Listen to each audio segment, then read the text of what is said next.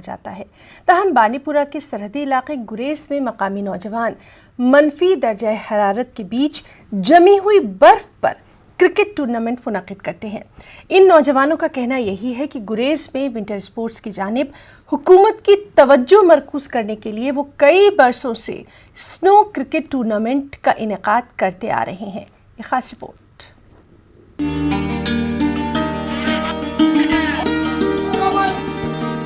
یہ ہے بانڈی پورہ سے 85 کلومیٹر کی دوری پر واقع وادی گریز کا ایک خوبصورت منظر۔ اس وقت پوری وادی گریز برف کی موٹی چادر میں لپٹی ہوئی ہے۔ گریز میں اس وقت 3 فٹ کے قریب برف جمع ہے۔ منفی درجہ حرارت اور سرد ترین ہواؤں کی وجہ سے لوگ زیادہ تر گھروں میں ہی رہنا پسند کرتے ہیں۔ ادھر گریز کے نوجوان اس کے باوجود کھیل سرگرمیوں میں مصروف ہیں۔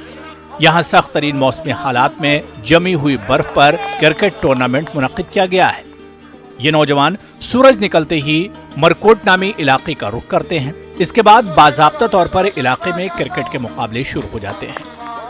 نوجوانوں کا کہنا ہے کہ وہ کئی سالوں سے گریز میں اسنو کرکٹ ٹورنامنٹ منعقد کرتے آئے ہیں۔ یہ گریز میں ونٹر اسپورٹ شروع کرنے کی ایک کوشش ہے۔ ہم یہاں ونٹر میں ٹورنامنٹ آرگنائز کرتے ہیں اپنے خرچے سے۔ ہم چاہتے ہیں کہ گورنمنٹ اس میں توجہ دے، تھوڑا بہت خرچہ پانی دے، جس سے ٹوریزم بھی ونٹر کا بڑھ سکتا ہے یہاں پر۔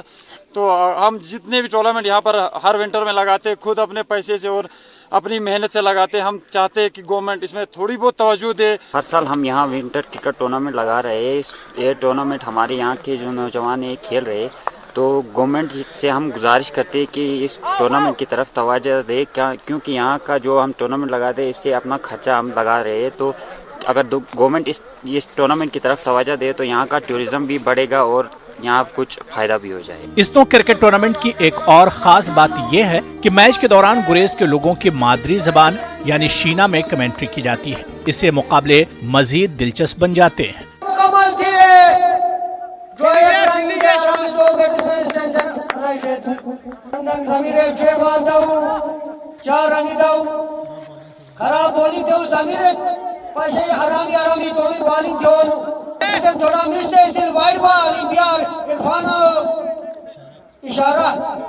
منفی درجہ حرارت اور خون جما دینے والی ہواؤں کی پرواہ کیے بغیر برف پر کرکٹ مقابلے منعقد کر کے گریز کے نوجوان اپنے ہنر اور حوصلے کا ثبوت پیش کر رہے ہیں۔